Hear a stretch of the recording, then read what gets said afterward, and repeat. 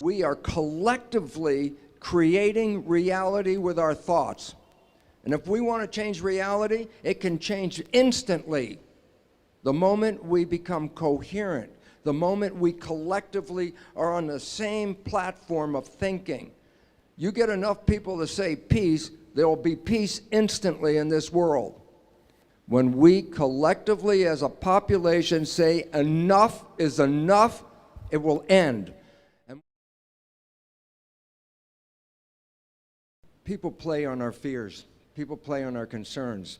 That, well, in our mind, we start to realize that we're concerned, we're afraid, we don't have enough, I'm not safe, I'm not secure. And I say, oh, these thoughts, I was talking about the thoughts in your mind, go in and control your biology, your genetics, your physiology, and your health. And I go, yes, this is really true.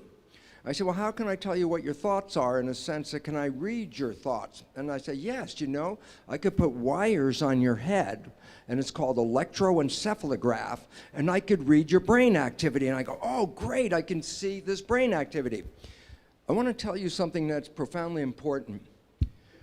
We were programmed to believe that our thoughts are contained in our head. That if I have a thought, it's just for me, not for anybody else. It's inside, and it's working through me.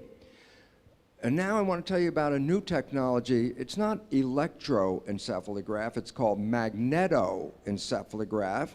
I say, what's unique about that? I say, it reads your brain. I say, yeah, but so does EEG. I say, yeah, but EEG, you put the wires on the head, and you get the electrical activity conducted through the skin from the brain, and that's what I'm reading. And I say, what's different about MEG? The probe is out here. And I said, what does that mean? Your thoughts are not contained in your head. Your thoughts are broadcast to the field just like a radio broadcast. I said, well, what if I, as an individual, have a thought that says, let's have peace in the world? And I broadcast out there in the street and I say, let's have peace. And I look around, it's like, where's the peace? I don't see the peace. And here's what the relevance is. Each of us is broadcasting. If you get enough people to have the same thought, that broadcast is amplified. Each of us has a small power, but if you put 1,000 people with the same thought, 10,000, 100,000 people with the same thought, you are broadcasting a most powerful thought, not just in your body, but out in the field. I say, your energy is in the field, the thought is in the field. And you go, well, what does that mean? And then I'll give you this most wonderful quote. I used it the other day in a lecture from Albert Einstein. And the quote is so important. Here's the quote. The field, so a definition, the field is the invisible energy. Right now you're in a field, there's cell phone broadcasts, television, radio broadcasts, all kinds of information coming across, but guess what? Each one of you is a broadcast in that field. The quote, the field is the sole governing agency of the particle. Particle is the material realm. So what was Einstein saying? It's the energy in the field that shapes the physical experience of our lives. And if enough of us collectively have an energy that's coherent and strong, and we broadcast the belief, we change the world. I just want you to recognize, as much as I wanted peace in the world, if not enough people are out there saying, let's have peace in the world, there is no peace. If I want to say, let's have a war, how can you have a war? You have to have enough people convinced that the war is going to benefit them so that their broadcasts say, yes, let's have a war because I and my colleagues, we're all going to have a better result from that. And the reality is this. The only things that change on this planet collectively are when we collectively share thoughts. And yoga, when you're in your postures, when you're in your process, your mind is sharing a thought, not just in your head, but all around you. We are collectively creating reality with our thoughts. And if we want to change reality, it can change instantly. The moment we become coherent, the moment we collectively are on the same platform of thinking. You get enough people to say peace, there will be peace instantly in this world. But we've been programmed by other people to give them the power to tell us what we need. And as Sadhviji has been telling us so importantly, what we need is not what they tell us, what we need is what we know. And I really hope that you understand this, because when you have your thoughts, recognize it's not contained in your head, your thoughts out in the field.